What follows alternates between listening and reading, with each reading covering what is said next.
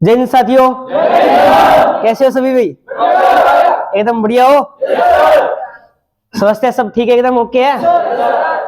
तो कल अपने क्या पढ़ रहे थे भाई? भारत का सामान्य परिचय में पहला टॉपिक क्या पढ़ा था कल? पहले उत्पत्ति पढ़ी थी हमने। अरे पढ़ी थी या नहीं पढ़ी थी? 2 नंबर पे हमने क्या पढ़ा था? प्राचीन नाम पढ़े थे। और 3 नंबर पे हमने क्या पढ़ा था? विस्तार और। अच्छा मेरे को ये बताओ कि क्षेत्रफल में भारत का स्थान कौन सा भी? अरे कौन सा स्थान है? पहले पे कौन है? दूसरे पे, तीसरे पे, चौथे पे, पांचवे पे, छठे पे, सातवें पे, आठवें पे। अर्जेंटीना। ट्रिक क्या थी भाई? रुक चीन अब आ भारत। अब देखो अपनी और स्थिति की बात करते हैं, पहले थोड़ा सा देखो, उसके बाद में अपने मैप पे काम करेंगे। देखो भाई, अगर पूछे कि भारत की विश्व या फिर ग्लोब में स्थिति क्या है भाई? ग्लोब में स्थिति क्या है भाई? स्थिति समझते हो क्या? ग्लोब समझते हो? ग्लोब नहीं देखा आपने? नहीं देखा तो दिखा देंगे, कोई बात नहीं है।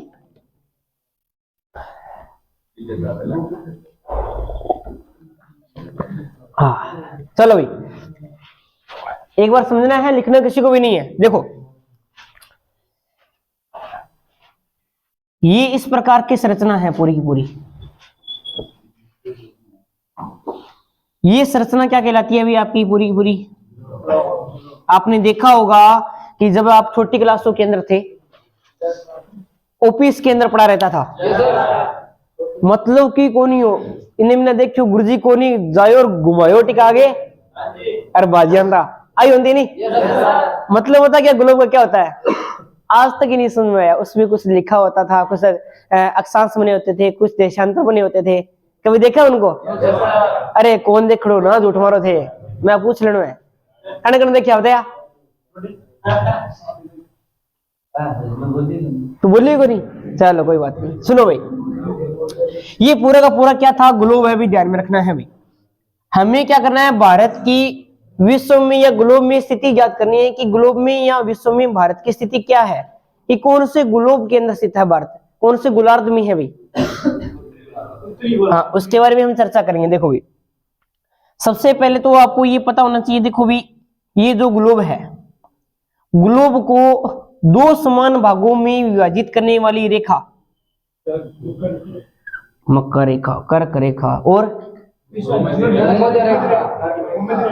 ग्लोब को 2 समान भागों में विभाजित करने वाली रेखा है 0 डिग्री भूमध्य रेखा। अरे कौन सी रेखा है? कितने डिग्री है? 0 डिग्री भूमध्य रेखा ग्लोब को 2 समान भागों में विभाजित करती है। ऊपर वाला भाग क्या कहलाता है? अरे इधर ना, इधर खड़ा हो गया तू, इधर टोपी वाला, क्या दिक्कत है तेरे? हाँ तेरे आगे वाला क्यों बोल रहा है तू? क्या दिक्कत है तेरे? इधर खड़ा हो गया, इधर तू, इधर आ खड़ा हो गया, इधर आ, ओ इधर इधर इधर किस रेखा की बात करे? तो एक बार समझने के लिए बोल रहा है, समझ लो। इना अठा अठा अठा इतना पन्मुगर पन्मुगर पन्ना। चल बढ़िया। हाँ ये कौन सी रेखा है भाई? भूमध्य रेखा। अब यहां से भी एक रेखा खींची गई है, 23.5 डिग्री रेखा खींची गई है भाई। इस रेखा का नाम क्या है भाई? ये है अपनी 23.5 डिग्री, जिसका नाम क्या है? अरे क्या नाम है? कर्क रेखा। कौन से गोलार्ध में खींची गई है? इससे ऊपर वाला भाग कौन सा होगा? उत्तरी गोलार्ध। और इससे नीचे वाला भाग कौन सा होगा? बहुत बढ़िया। यहां से भी दक्षिण के अंदर एक रेखा खींची गई है 23.5 डिग्री, उसका नाम क्या है? मकर रेखा। 23.5 डिग्री मकर रेखा। उसके बाद में यहां से एक रेखा खींची गई है 66.5 डिग्री। इसका नाम क्या है भाई? 66.5 डिग्री आर्कटिक रेखा। आर्कटिक रेखा। उसी प्रकार से दक्षिणी ध्रुव में भी यहां पर एक रेखा खींची गई जिसका नाम क्या है? 66.5 डिग्री अंटार्कटिक। हम बता देंगे, कोई दिक्कत वाली बात नहीं है। अंटार्कटिक रेखा, ये आपको ध्यान में रखना है। उसके बाद में यहाँ पे ये आ जाता है आपका 90 डिग्री उत्तरी ध्रुव, और यहाँ पे ये आ जाता है 90 डिग्री दक्षिणी ध्रुव। और ये तो सारा सिस्टम इस प्रकार से ग्लोब बन गया। अब ग्लोब को यहां से फिर ये रेखा विभाजित करती है भाई। इस रेखा का नाम बताइए। अरे विषुवत रेखा तो भूमध्य रेखा को कहते हैं। इसका नाम बताइए भाई। ये है 0 डिग्री समय मानक रेखा। समय मानक रेखा, क्योंकि यहां से समय का क्या किया जाता है भाई? निर्धारण किया जाता है। और ये जो रेखा है वो इंग्लैंड के ग्रीनविच शहर से निकलती है। कौन से शहर से भाई? ग्रीनविच शहर कहां पड़ता है? इसलिए इस रेखा को क्या बोलते हैं? ग्रीनविच रेखा भी बोलते हैं। क्या बोलते हैं भाई? ग्रीनविच रेखा भी बोलते हैं। ये आपको ध्यान में रखना है, ठीक है। अब ये रेखा भी ग्लोब को दो समान भागों में बांटती है। इधर वाला पूरा का पूरा भाग क्या कहलाता है? पूर्वी गोलार्ध। और इधर वाला पश्चिमी गोलार्ध कहलाता है। बहुत बढ़िया, यहां तक किसी को कोई दिक्कत? अब बात करते हैं कि भारत की विश्व या ग्लोब में स्थिति ज्ञात करनी है, तो भारत बताओ भी कहां पे है? हाँ, एक बात तो सारों को समझ में आ गई कि भारत कर्क रेखा पे है, तो क्यों ना भारत इसी रेखा पे होगा, है ना? इसी पे होगा, क्योंकि कर्क रेखा तो यही है। अब बताओ कि कर्क रेखा के अंदर भारत कहाँ है? यहाँ है, यहाँ है, या फिर यहाँ पे है, या फिर यहाँ पे है। कहाँ पे अभी? उत्तरी। किसने कहा? आपने बताया था सर। मैंने बताया था। लॉजिक भी तो बताया होगा जब मैंने बताया तो। इसका भी सारे बताते उत्तरी पूर्व में। अरे भाई उत्तरी पूर्व में है क्यों? इसका लॉजिक तो बताओ ना। उत्तर पूर्व में क्यों है? जब मैंने पहले पढ़ाया था तब आपको लॉजिक भी बताया था ना। तो बताइए फिर क्या लॉजिक है अभी? लॉजिक भूल गए सर? है अच्छा अच्छा अच्छा, चलो सुनिए भाई। एक बात तो श्योर है भी, कर्क रेखा भारत के कितने राज्यों में से निकलती है भाई? कितने में से निकलती है? 8 में से निकलती है। ये भी आपको बता देंगे कौन कौन से हैं, वो भी बता देंगे, ठीक है। अब जब हम भारत का अक्षांशीय और देशांतरीय विस्तार पढ़ते हैं, अक्षांशीय और जब देशांतरीय विस्तार पढ़ते हैं, तब हम क्या पढ़ते हैं? अक्षांश में तो हम पढ़ते हैं उत्तर से उत्तर, और देशांतर में हम क्या पढ़ते हैं? पूर्व से पूर्व। पूर्व से पूर्व पढ़ते हैं। इसलिए अपने भारत की जो स्थिति है वो कहाँ आती है? उत्तरी पूर्वी गोलार्ध के अंदर आती है। अगर पूछिए कौन से अक्षांश में है, तो उत्तरी अक्षांश में। कौन से देशांतर के अंदर है, तो पूर्वी देशांतर के अंदर है। देखो यहां से इधर वाला पूरा का पूरा पूर्वी देशांतर है या नहीं है? पूर्वी गोलार्ध है या नहीं है? और इससे ऊपर वाला उत्तरी गोलार्ध है या नहीं है? और ये यहाँ पे अपना भारत है, तो भारत की स्थिति क्या होगी भाई? उत्तरी पूर्वी गोलार्ध के अंदर है। ये ध्यान रखना कि भारत की विश्व में या ग्लोब में स्थिति कैसी है भाई? उत्तरी पूर्वी गोलार्ध के अंदर भारत स्थित है। उत्तरी पूर्वी गोलार्ध में, गोलार्ध में भारत स्थित है। भारत है वो स्थित है। ये बात जल्दी से जल्दी लिख लो 1 मिनट के अंदर। फिर अपने एशिया महाद्वीप में बात करते हैं। है? हाँ, ये बनाओ, पूरा ग्लोब बनाओ जल्दी से। हाँ जल्दी से।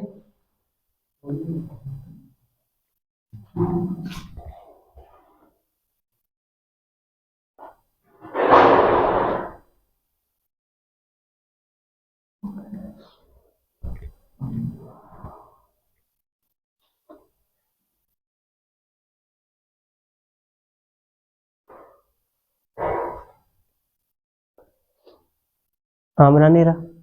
बना लिया। जो चीजें नहीं मिली वो एक्स्ट्रा लिखते जाना भाई।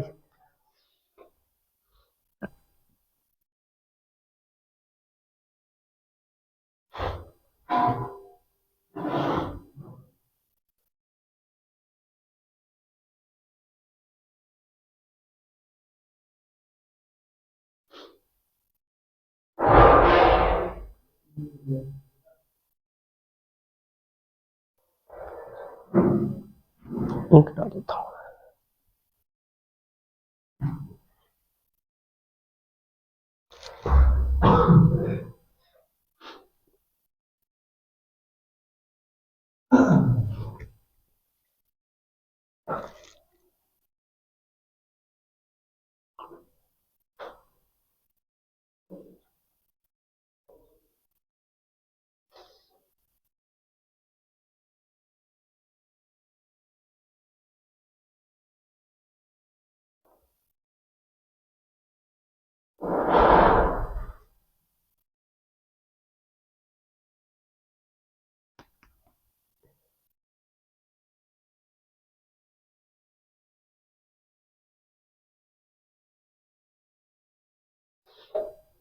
हाँ आगे चले भाई। हाँ लिखो भाई।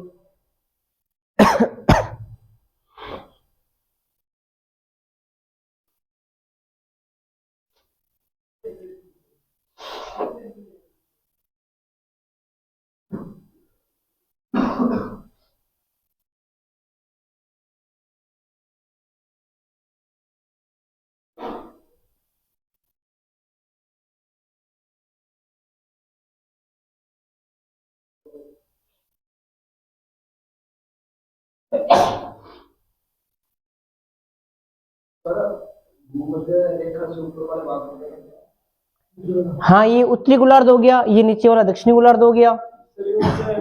कौन सा नाम? ये अंटार्कटिक। कौन सा बताओ? अंटार्कटिक कौन सा वाला बताओ? अक्षांश और देशांतर नीति, ये क्या लिखा हुआ है? ये तो बताया है कि उत्तर से उत्तर भारत का अक्षांश विस्तार है, वो अपनी चर्चा करेंगे, अपना टॉपिक का विशेष है इसमें अक्षांश और देशांतर। तब हम पढ़ेंगे कि उत्तर से शुरू होता है, उत्तर में खत्म होता है, और देशांतर विस्तार पूर्व से शुरू होगा और पूर्व में ही खत्म होगा। हाँ चले भाई आगे। बाकी आप जो रहे हो है ना, वो वीडियो को पॉज करके उसके बाद में आपका लिख लेना, ठीक है? चलो आगे चलते हैं अपने।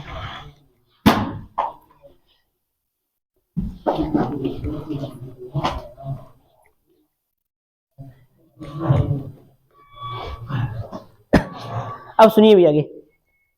अब अपनी बात करते हैं, ये तो हमने भारत की विश्व या ग्लोब में स्थिति ज्ञात कर ली। अब बात करते हैं एशिया महाद्वीप के अंदर।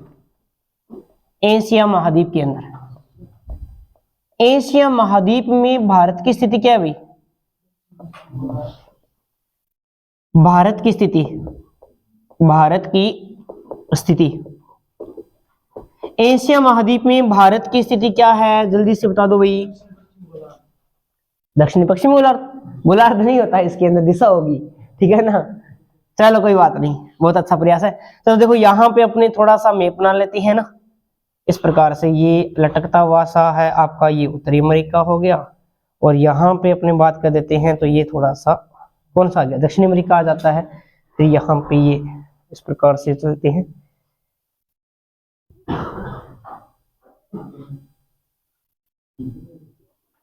इस प्रकार से ये आ जाता है, ये यूराल पर्वत आ जाता है। यूराल पर्वत के बाद में इस प्रकार से, और ये यहाँ पे अपना आ जाता है ऑस्ट्रेलिया वगैरह, यहाँ आ जाता है। ये लो जी नीचे इधर बना देते हैं, ये ऑस्ट्रेलिया में। देखो सुनिए, ये पूरा का पूरा अपना एशिया है, ये एशिया है। यहाँ पर ये यूराल पर्वत है, और यूराल पर्वत के द्वारा यूरोप है वो अलग होता है एशिया से। अपने एशिया पढ़ के आए हैं, पढ़ा था एशिया, याद होगा। एशिया पूरे विश्व है ना, एशिया है वो सबसे बड़ा क्या माना जाता है भाई? महाद्वीप माना जाता है। इसका जो क्षेत्रफल है वो कितना है बताया था ना? 30% है। जनसंख्या कितनी निवास करती है? 60% जनसंख्या निवास करती है। और एशिया की सबसे ऊंचे जो हमने पर्वत की बात की थी, उसका नाम क्या था? माउंट एवरेस्ट था। और हमने ये भी देखा कि माउंट एवरेस्ट पर चढ़ने वाला सबसे पहला व्यक्ति कौन था भाई? हाँ कौन था भाई? एडमिन हिलेरी था, है ना। औरंगजेब था। उसके बाद में हमने देखा था कि सबसे ज्यादा बिना ऑक्सीजन के चढ़ने वाला व्यक्ति मैंने बताया ना फूदरोजी। उसके बाद में एक व्यक्ति थी जो कि 23 बार चढ़ी थी, रीता। हाँ बिल्कुल याद रखना, आपको ध्यान में है ना। अब देखो ये दिशा बनाते हैं अपनी यहाँ अपने एशिया महाद्वीप की, इस प्रकार से इसको बांटते हैं। ये दिशा कौन सी है? ये दिशा कौन सी है? ये कौन सी है? और ये कौन सी है? भारत का आइडिया लग रहा है क्या? कहाँ है भारत? है? हाँ ये क्या है अपना? भारत है। और ये पूरा का पूरा एशिया महाद्वीप है। तो एशिया महाद्वीप की किस दिशा की ओर है? पूर्व पश्चिम वाला कितना खड़े रहा? दक्षिण पश्चिम वाला खड़े रहा। हाँ तेरो, अरे जल्दी बता, तो टाइम जल्दी बता। दक्षिण पश्चिम, हाँ तेरो यही है। उत्तर पूर्व, तू इधर आ, इधर आ। अरे वाकई नहीं, इधर इधर आ, जल्दी आ। अरे इधर आ, खड़ा हो जल्दी।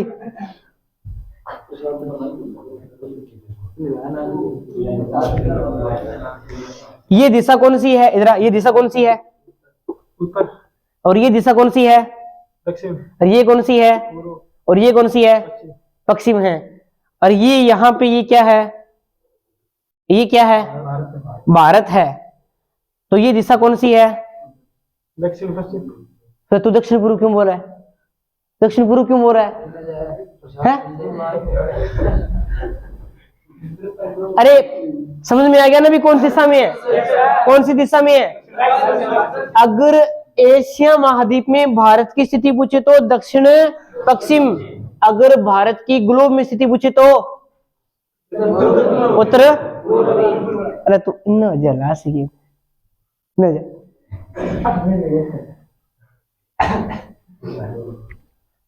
चलो भी आगे चलते हैं। यहां तक लिख लिया ना सभी ने? ये लिखो, ये लिखो। हाँ उतारो नंबर। अरे मैप बनाने की जरूरत को नहीं हो तो था ना, समझाने वास्ते बनाएगा। बाकी आप विश्व में बात करेंगे, पूरा मैप में आप बात करेंगे, ठीक है ना। हाँ ये सीधा लिखो आप कि एशिया महाद्वीप में भारत की स्थिति है वो दक्षिण पश्चिम है। इतना ही लिखना है, एक ही लाइन लिखनी है।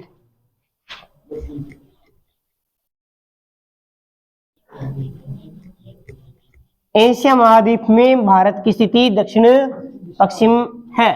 बस इतनी सी बात लिख दिया, बहुत बढ़िया।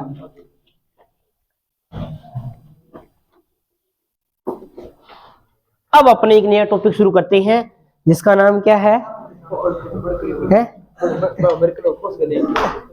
जिसका नाम क्या है भाई?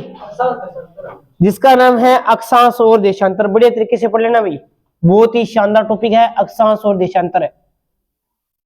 अक्षांश और देशांतर, अक्षांश व देशांतर। सबसे पहले समझते हैं अक्षांश और देशांतर होते क्या है, उसके बाद में हम आपको लिखा देंगे। समझो भी क्या होते हैं।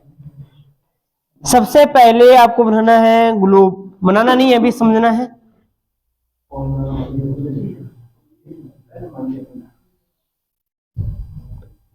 ये क्या है? ग्लोब। अभी हम पढ़ के आए थे ना ग्लोब को।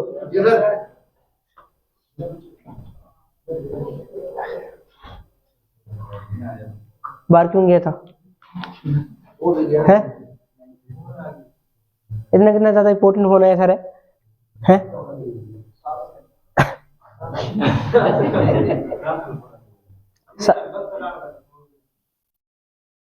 तो पूछ के जाना चाहिए था ना।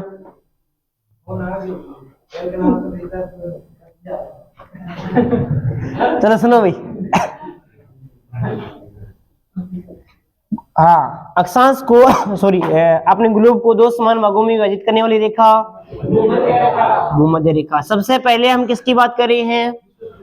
सबसे पहले अपने बात करेंगे अक्षांश की। किसकी बात करेंगे भाई? अक्षांश की बात करेंगे। देखो ग्लोब पर ध्यान से समझना, ग्लोब पर पश्चिम से पूर्व पश्चिम से पूर्व खींची गई काल्पनिक रेखा को क्या कहते हैं?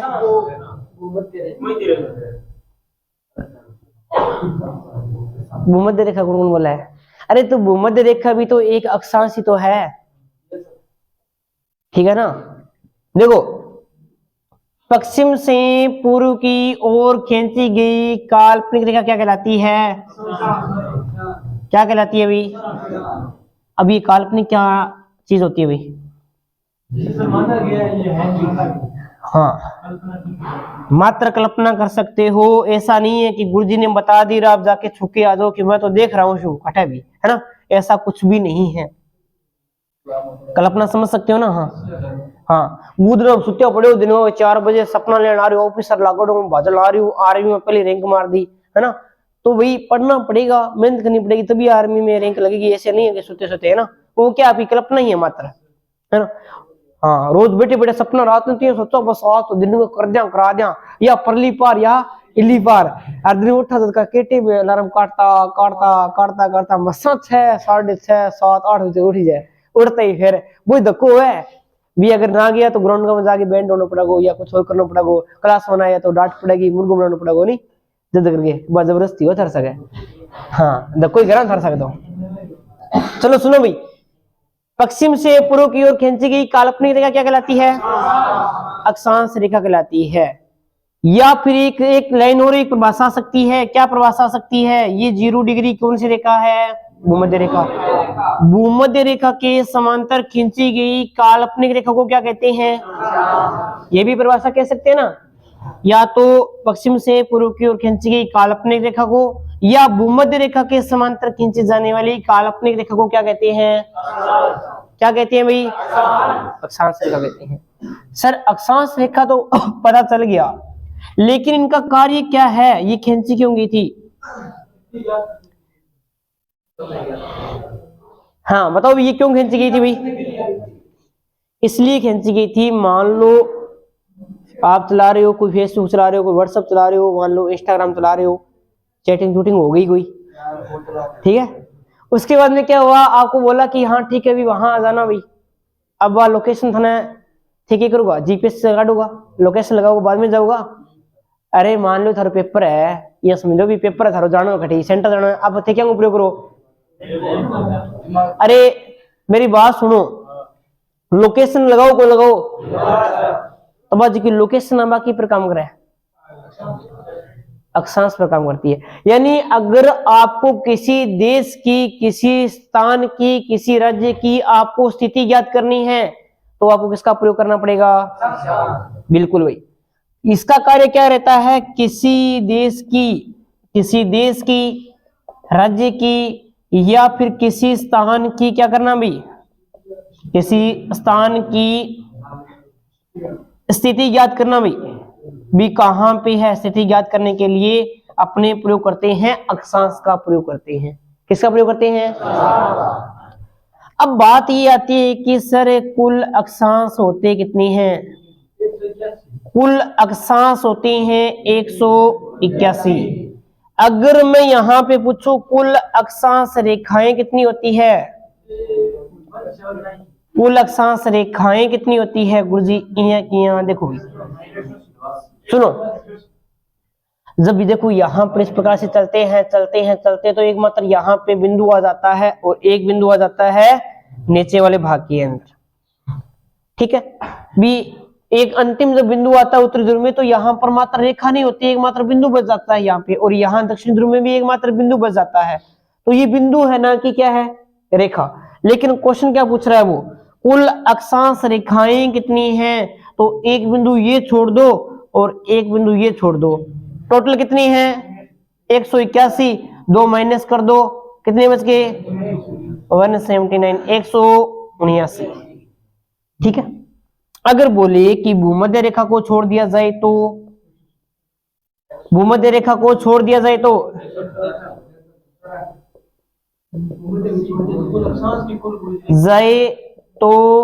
कुल अक्षांश कितने होंगे? अक्षांश, कुल अक्षांश बताओ भाई, कुल अक्षांश कितनी है? भूमध्य रेखा कितनी है? एक तो माइनस कर दो, कितने आ गए? 180। ठीक है। हाँ, अगर वो क्या बोलेगा कि कुल अक्षांश, अगर भूमध्य रेखा को छोड़ दे तो कुल अक्षांश रेखाएं कितनी, तब कितनी आ जाएगा 100। सभी को समझ में आ गया क्या?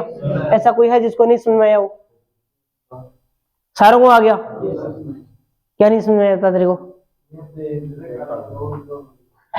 रेखा क्या हो रही है? समझ में नहीं आई? कहां से है? इनमें से नहीं, बागड़ी समझ में आ गई? हिंदी है समझ में? इना खड़े हो गए। हाँ बता, कड़ू समझ में नहीं आई भी? तेरे को ये बताया है कि किसी देश, राज्य, किसी स्थान की स्थिति ज्ञात करने के लिए किसका प्रयोग करते हैं? किसका प्रयोग करते हैं अभी? अक्षांश का प्रयोग करते हैं या नहीं करते हैं? कुल अक्षांश कितनी है? कुल अक्षांश की बात करें यानी बिंदु को भी गिना जाए तो कितने हो जाएंगे? 181।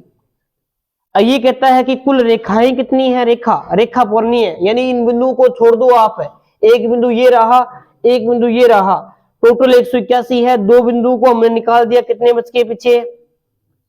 179। उसके बाद में भूमध्य रेखा को छोड़ दिया जाए तो कुल अक्षांश कितने होंगे? कुल अक्षांश कितनी है? 181। भूमध्य रेखा ये रही, भूमध्य रेखा कितनी है? एक है ना, तो 181 में से एक निकाल दो, कितने बच गए? 180। इतनी तो बात है, आई क्या समझ में? बढ़िया। हाँ, ये सारा का सारा कैसा भी अक्षांश था। अब ये बात आती है कि दो अक्षांश रेखाओं के मध्य दूरी कितनी है भाई? हाँ, यहां लिखता हूं, दो अक्षांश रेखाओं के मध्य जो दूरी है, अक्षांश रेखा के मध्य दूरी, रेखा के मध्य दूरी कितनी हो जाएगी भाई? 111 किलोमीटर। कितनी हो जाएगी भाई? आवाज नहीं आ रही? दो अक्षांश रेखा। अब ये पूछे कि दो अक्षांश रेखाओं के मध्य के क्षेत्र को क्या कहते हैं? ये जो क्षेत्र है इसको क्या कहते हैं? बिल्कुल, बहुत बढ़िया। दो अक्षांश रेखाओं के मध्य के क्षेत्र को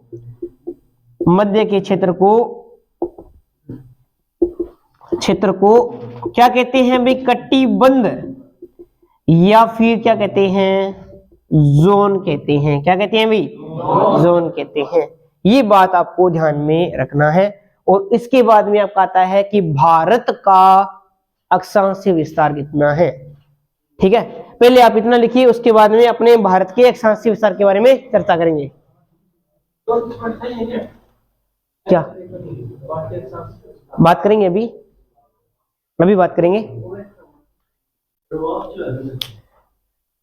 जितना करें ना उतना समझ में आना चाहिए, जाना चाहिए भाई। जल्दी लिखो थोड़ा सा। कितने मिनट होंगे? 28।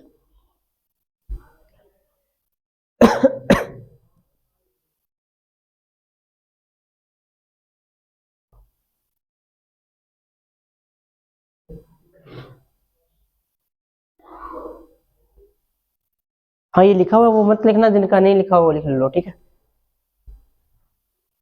इतना समझ में आ गया क्या आपको? अरे आ गया या नहीं आ गया? हाँ, तो ये आप नोट्स या तो वीडियो को फ्यूज करके बना लेना, ठीक है ना? अपने आगे चल लेते हैं या तो हाँ, थोड़ा सा हल्का लिख लो, बाकी वीडियो को बार बार देखोगे ना आपको समझ में आ जाएगा, इसलिए वीडियो साथ साथ बना रहे हैं। जिसको जरूरत होगी वो चलाएगा, जिसको नहीं होगी वो नहीं चलाएगा।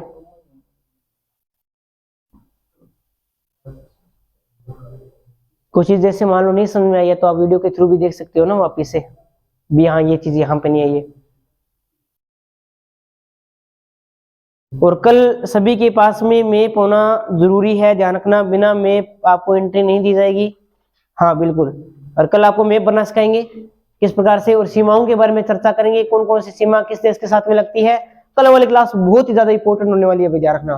कल वाली क्लास से 100% प्रश्न आएगा एग्जाम में, श्योर है। आपको 3 बीघा गलियारा है ना, ये काला पानी विवाद है जो आए थे पेपर में पीछे जो आ रहे हैं, उनको बारे में भी बताऊंगा कल भी। ये 3 बीघा गलियारा क्या है, कहाँ पे है, 3 ओर से घिरा हुआ राज्य कौन सा है, वो सारी चीजें आपको बहुत अच्छे तरीके से बताएंगे कल आपको। तो कल आपके पास मैप होना चाहिए भाई। हाँ, आज तो फिर आधों के पास में है ना, इसलिए वजह से। हाँ, आगे चलेंगे क्या? देखो भाई इधर का नाम क्या है? इधर वाला क्या, बाकी देखो चलो इधर देखते हैं, अपने भारत बना लेते हैं थोड़ा सा। कोई दिक्कत नहीं। अरे कोई बात नहीं, इधर देख लो थोड़ा सा। देखो भाई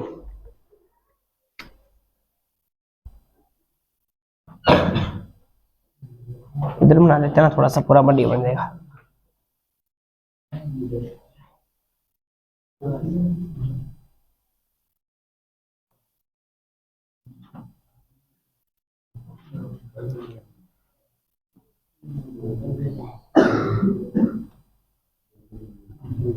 ये क्या है भाई, ये है अपना प्रिय भारत देश। अब सुनिए, अक्षांश से विस्तार की हम बात कर रहे थे, तो यहाँ पे क्या कौन सा पड़ता है, ये अंडमान, और ये कौन सा पड़ता है, ग्रेट निकोबार पड़ता है, ग्रेट निकोबार पड़ता है। आवाज मत करो भाई। एक क्वेश्चन है कि भारत की संपूर्ण भूमि का दक्षिणतम अंतिम बिंदु कौन सा है। किस किस को आ रहा है, हाथ खड़े करना। किस किस को आ रहा है, हाथ खड़े करना, हाथ खड़े करना एक बार। तेरे को नहीं आ रहा, कल आया था क्लास में, कल आया था क्लास में। भारत की संपूर्ण भूमि का दक्षिणतम अंतिम बिंदु कौन सा है भाई, इंदिरा पॉइंट। कहां पड़ता है, ग्रेट निकोबार में पड़ता है। सुनिए, अब इसका जो अक्षांशीय विस्तार है ना, देखो अगर पूछे संपूर्ण भूमि का अक्षांशीय विस्तार कहां से शुरू होता है, तो ग्रेट निकोबार से, और यहां पर कहां से शुरू होता है, 6 डिग्री 4 मिनट उत्तरी अक्षांश से शुरू होता है। ये उत्तरी अक्षांश से शुरू होता है और कहां तक जाता है, ऊपर यहां पे 37 डिग्री 6 मिनट उत्तरी अक्षांश के मध्य फैला हुआ है। ये तो इसका क्या है, संपूर्ण भूमि का अक्षांशीय विस्तार। अगर वो पूछे कि मुख्य भूमि का, तो मुख्य भूमि का क्या हो जाएगा, यहां से 8 डिग्री 4 मिनट उत्तरी अक्षांश से शुरू होता है और ऊपर का सेम ही रहेगा, 37 डिग्री 6 मिनट उत्तरी अक्षांश के मध्य। ये इसका है, वो मुख्य भूमि का है। मुख्य भूमि समझते हो ना, जिसके अंदर द्वीपों को शामिल नहीं किया गया। और संपूर्ण भूमि का समझते हो ना, जिसके अंदर किसको शामिल किया गया है, द्वीपों को शामिल किया गया है। ये बात आपको ध्यान में रखनी है, और कल तक इतना आपको तैयार हो जाना चाहिए। और कल अपने पढ़ेंगे देशांतर के बारे में, और उसके अलावा सीमाओं के बारे में पढ़ेंगे। तो मिलते हैं कल, आज के लिए इतना ही। जय हिंद, जय भारत।